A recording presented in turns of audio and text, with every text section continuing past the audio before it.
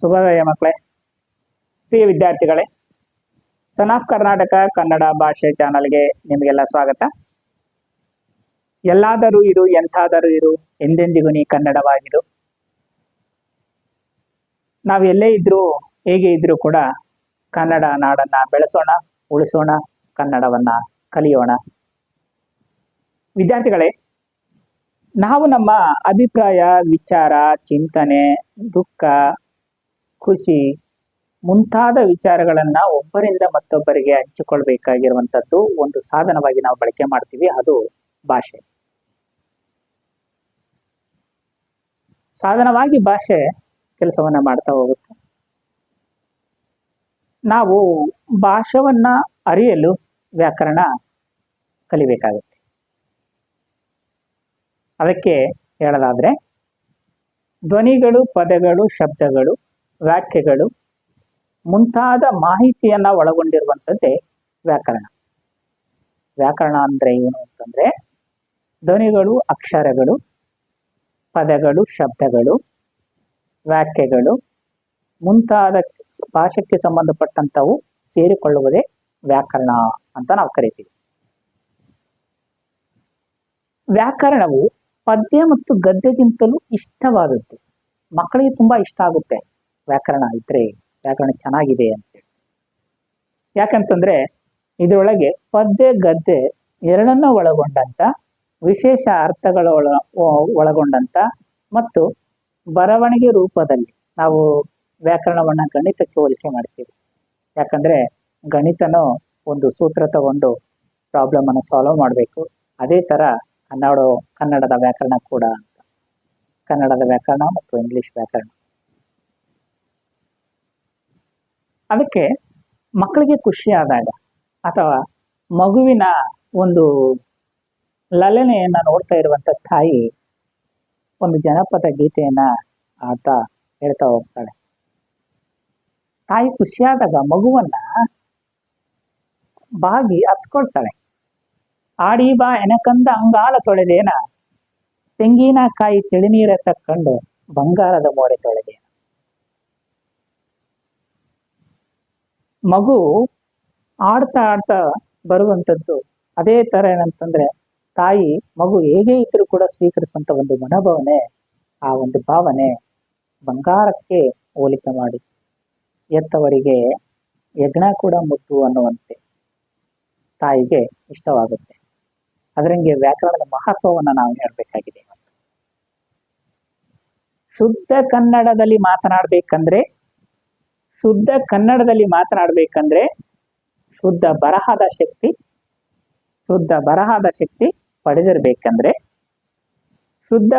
ಶಕ್ತಿ ಪಡೆದಿರ್ಬೇಕಂದ್ರೆ ನನಕಂದ ವ್ಯಾಕರಣದ ಆಳ ತಿಳಿದಿರಬೇಕು. ಶುದ್ಧವಾಗಿ ನಾವು ಮಾತಾಡ್ಬೇಕಂದ್ರು, ಶುದ್ಧವಾಗಿ ನಾವು ಬರಿಬೇಕಂದ್ರು, ಶುದ್ಧವಾಗಿ ಅದನ್ನ ಏನಂತಂದ್ರೆ ಬರೆಯುವಂತ ಶಕ್ತಿ ಪಡಿಬೇಕಂದ್ರು, ಅರ್ಥ ಮಾಡಿಕೊಳ್ಳುವಂತ ಶಕ್ತಿ ಪಡಿಬೇಕಂದ್ರು ಕೂಡ ಈ ವ್ಯಾಕರಣ ಬೇಕು ಅಂತ.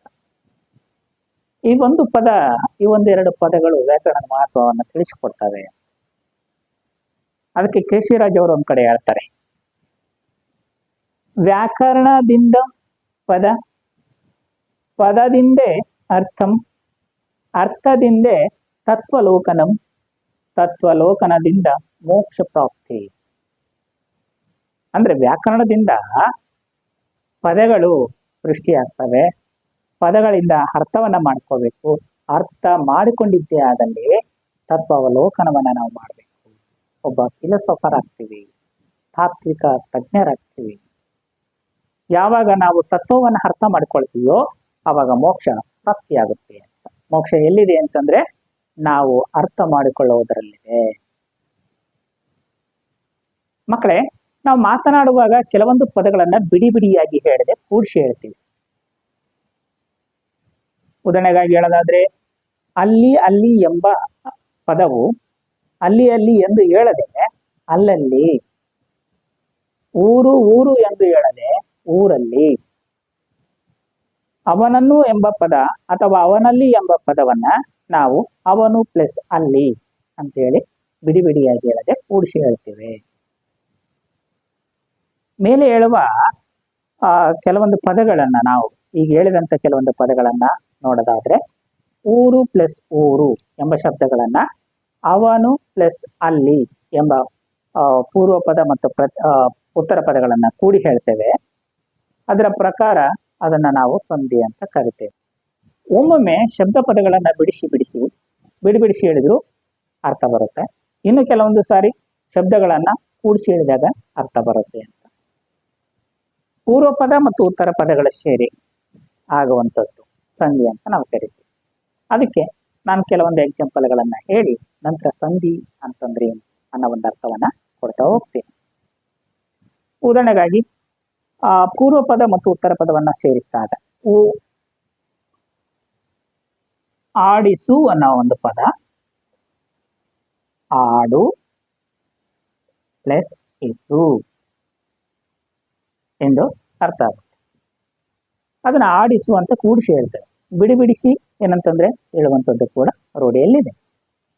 ಪದಗಳನ್ನ ಕೂಡಿಸಿದಾದರೂ ಹೇಳಬಹುದಾದ ಮತ್ತು ಬಿಡಿಯಾಗಿಯೂ ಹೇಳಬಹುದು. ಕೂಡಿಸಿ ಹೇಳಿದಾಗ ಒಂದು ಅರ್ಥ, ಬಿಡಿಯಾಗಿ ಹೇಳಿದಾಗ ಒಂದು ಅರ್ಥವನ್ನ ಬರುತ್ತೆ. ಆದ್ರೆ ಕೆಲವೊಂದು ಸಾರಿ ಅರ್ಥ ಕೆಡುವಂತಿರುತ್ತೆ. ಅದಕ್ಕೆ ಯಾವ ತರ ಸಂಧಿ ಅಂತೀವಿ ನಾವು.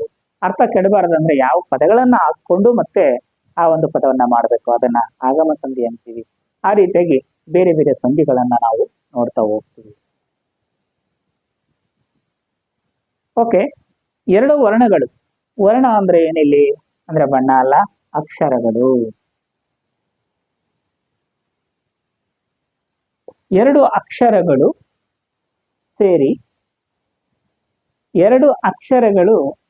ಸೇರಿ ಅಥವಾ ಕಾಲ ವಿಳಂಬವಿಲ್ಲದಂತೆ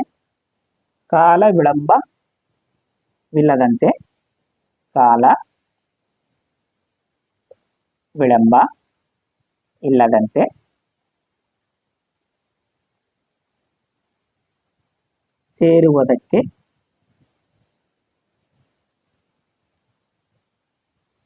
ಸಂಧಿ ಎಂದು ಕರೆಯುತ್ತೇವೆ.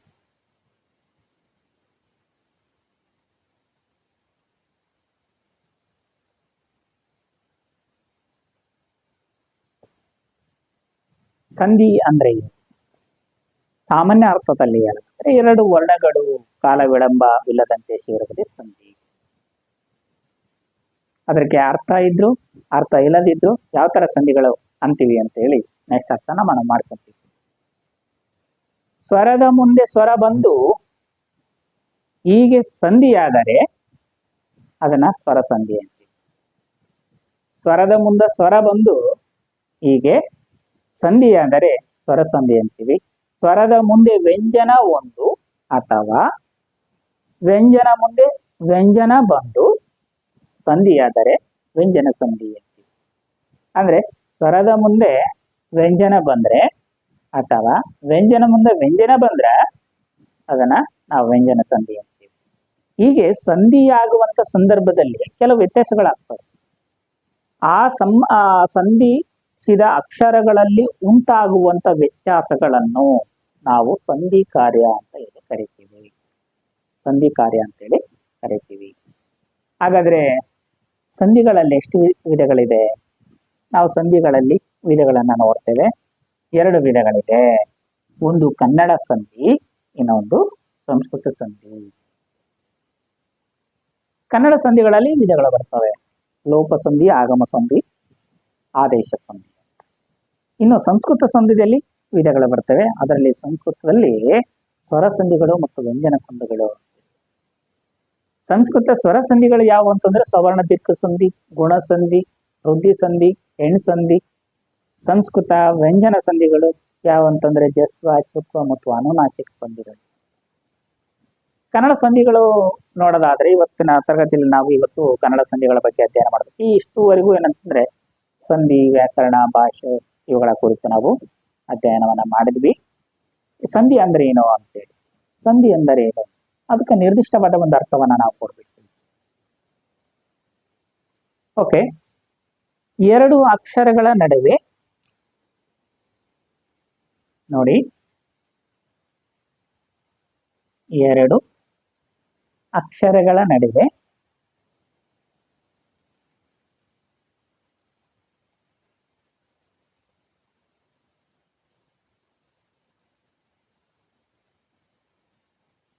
ಎರಡು ಅಕ್ಷರಗಳ ನಡುವೆ ಸ್ವರ ಅಥವಾ ವ್ಯಂಜನ ಆಗಿರ್ಬೋದು.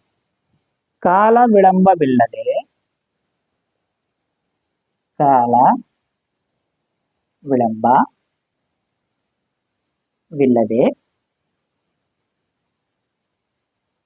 ಬಂದು ಸೇರುವುದಕ್ಕೆ ಅಥವಾ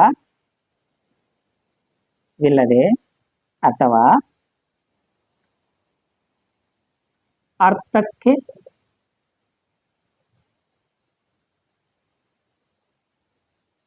ವ್ಯತ್ಯಯ ಬರದಂತೆ, ವ್ಯತ್ಯಯ ಅಂದ್ರೆ ತಪ್ಪಾಗದಂತೆ, ಅರ್ಥಕ್ಕೆ ವ್ಯತ್ಯಯ ಬರದಂತೆ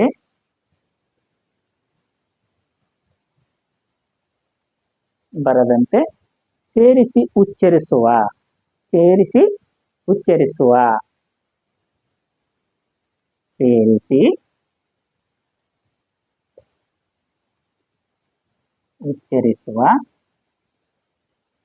ಉದೇ ಅಂತ ಮಾಡಿ ಉಚ್ಚರಿಸುವುದೇ ಸಂಧಿ.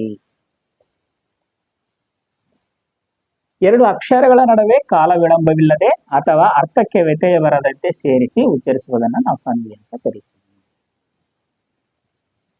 ಉದಾಹರಣೆಗಾಗಿ ಹೊಸಗನ್ನಡ,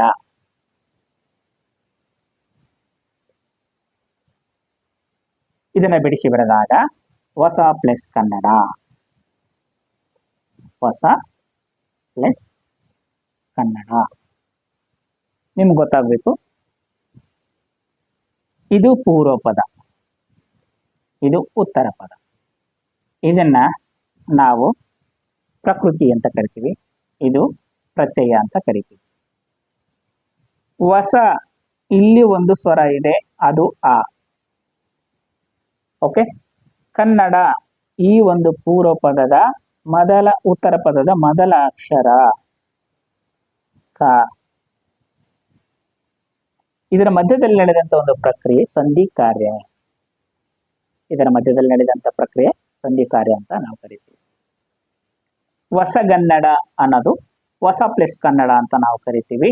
ಹೊಸ ಆ ಪ್ರನೌನ್ಸ್ ಆಗ್ತಾ ಇದೆ, ನಂತರ ಕನ್ನಡಕ್ಕೆ ಸಂಬಂಧಪಟ್ಟಂತೆ ಕ ವ್ಯಂಜನಾಕ್ಷರ ಏನಂತಂದ್ರೆ ಸೇರ್ಪಡೆ ಆಗ್ತಿದೆ.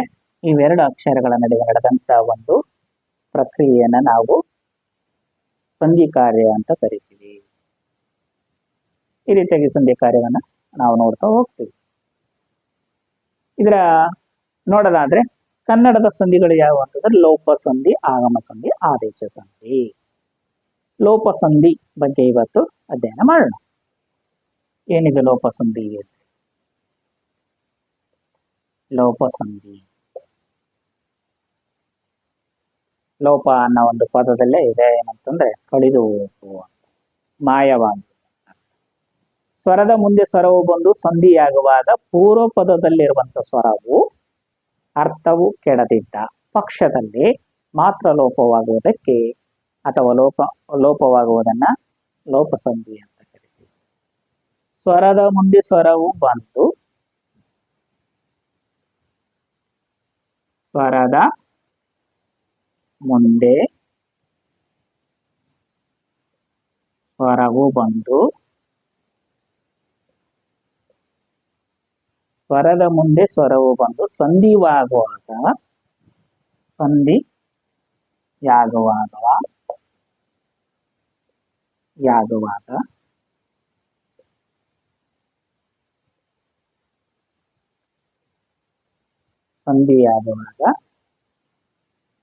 ನೋಡಿ, ಸ್ವರದ ಮುಂದೆ ಸ್ವರವು ಬಂದು ಸಂಧಿಯಾಗುವಾಗ ಪೂರ್ವ ಪದದಲ್ಲಿರುವ ಸ್ವರವು, ನಾನಾಗ್ಲೇ ಹೇಳ್ತಾ ಇದ್ದೆ, ಪೂರ್ವ ಪದದಲ್ಲಿರುವಂತ ಸ್ವರವು, ಪೂರ್ವ ಪದದಲ್ಲಿರುವ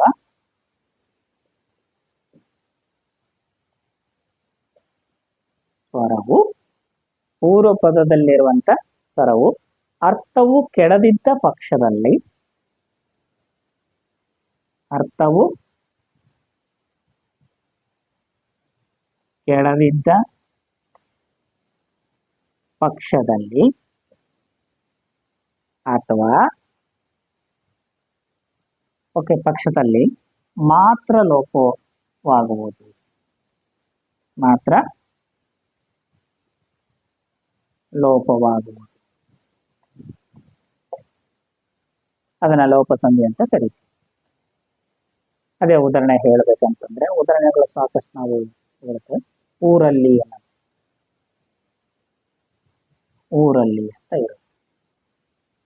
ಊರಲ್ಲಿ ಅಂತ ಇರುವಂತದನ್ನ ನಾವು ಬಿಡಿಸಿ ಬರೆದಾಗ ಏನಾಗುತ್ತೆ ನೋಡಿ, ಊರು ಪ್ಲಸ್ ಅಲ್ಲಿ, ಊರು ಪ್ಲಸ್ ಅಲ್ಲಿ ಅಂತ. ಇಲ್ಲಿ ಊ ಪ್ಲಸ್ ಆ, ಇವೆರಡು ಸ್ವರಗಳಿದೆ. ಇಲ್ಲಿ ಸ್ವರ ಇದೆ, ಪೂರ್ವ ಪದದಲ್ಲಿ ಸ್ವರ. ಸ್ವರದ ಮುಂದೆ ಸ್ವರವು ಬಂದು ಸಂಧಿಯಾಗುವಾಗ ಪೂರ್ವ ಪದದಲ್ಲಿರುವಂತ ಸ್ವರವು ಅರ್ಥವು ಕೆಡದಿದ್ದರೆ, ಇದಕ್ಕೊಂದು ಅರ್ಥ ಇದೆ ಈ ಸ್ವರದಲ್ಲಿ.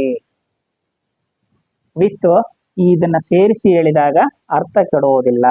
ಊರಲ್ಲಿ, ಇದನ್ನ ನಾವು ಲೋಪಸಂಧಿ ಅಂತೇಳಿ ಕರಿತೀವಿ.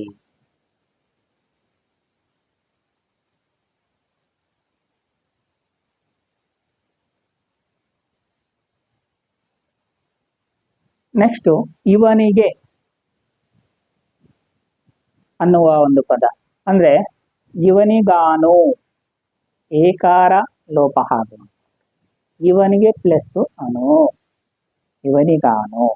ಈ ರೀತಿಯಾಗಿ ಸಾಕಷ್ಟು ಉದಾಹರಣೆಗಳನ್ನ ನೀವು ಅಭ್ಯಾಸ ಮಾಡಿ, ಬೇರೆ ಬೇರೆ ಪುಸ್ತಕಗಳನ್ನ ರೆಫರ್ ಮಾಡಿ, ಅಲ್ಲಿ ಬಂದಂತ ಕೆಲವೊಂದು ಪದಗಳನ್ನ ನಾನು ವ್ಯತ್ಯಾಸವನ್ನು ಹೇಳ್ತಾ ಹೋಗ್ತೀನಿ. ಊರು ಪ್ಲಸ್ ಅಲ್ಲಿ ಎಂಬಲ್ಲಿ ಊ ಎಂಬ ಸ್ವರದ ಮುಂದೆ ಆ ಎಂಬ ಸ್ವರ ಬಂದಿದೆ. ಊರು, ಅದರ ಮುಂದೆ ಏನಂತಂದ್ರೆ ಇಲ್ಲಿ ಆ ಬಂದಿದೆ. ಕೂಡಿಸಿ ಬರೆದರೆ ಊರಲ್ಲಿ ಎಂದಾಯ್ತು. ಆದ್ರೆ ಈ ಒಂದು ಕಾರಕದಲ್ಲಿರುವಂತ ಊ ಕಾರ ಬಿಟ್ಟು ಹೋಯಿತು. ಇಲ್ಲಿ ಕಾರಕ ಅಂದ್ರೆ ಅಕ್ಷರದಲ್ಲಿದೆ, ಕಾರಕ ಅಂದ್ರೆ ಬೇರೆ ಏನರ್ಥವಲ್ಲ, ಅಕ್ಷರ. ಈ ಅಕ್ಷರದಲ್ಲಿರುವಂತ ಊ ಬಿಟ್ಟು ಹೋಯಿತು ಇಲ್ಲಿ.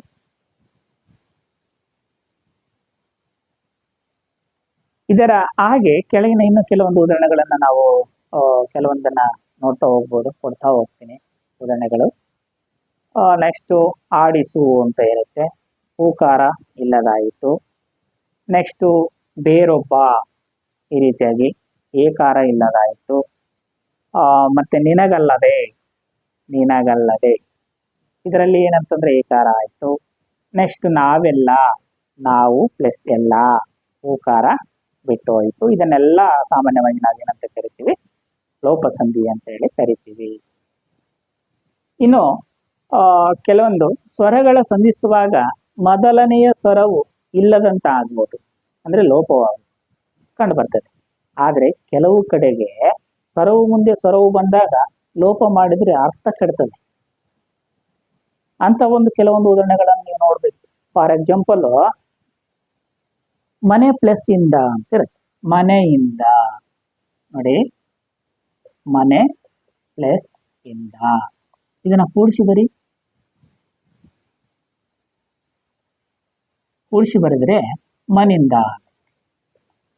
ಅಲ್ವಾ, ಅರ್ಥ ಕೆಡುತ್ತೆ.